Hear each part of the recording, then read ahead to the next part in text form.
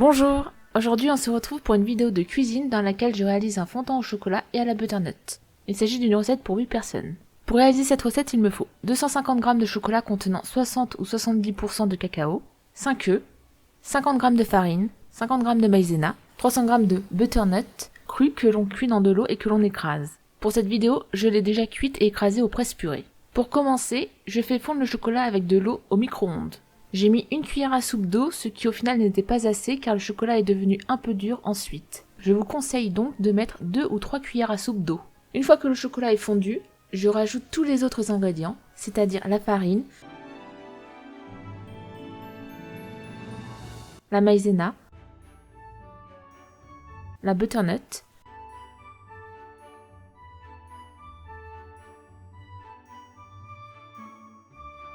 et quand le chocolat est froid, je rajoute les œufs et je mélange.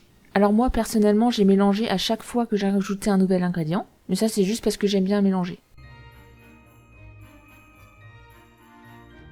Une fois qu'on a mélangé tous les ingrédients, je beurre et je farine le moule.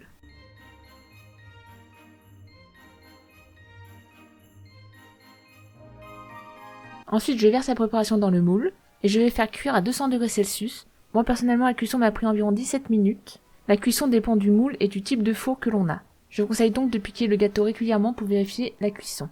En conclusion, je trouve que le fondant au chocolat et à la butternut est très bon.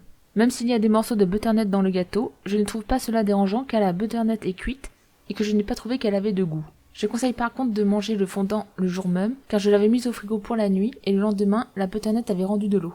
N'hésitez pas à me dire en commentaire ce que vous pensez de cette recette. Si vous avez aimé la vidéo, n'hésitez pas à liker, commenter et à vous abonner. N'hésitez pas à me suivre sur Instagram pour être au courant quand je sors une nouvelle vidéo. Je vous dis à la prochaine, bisous!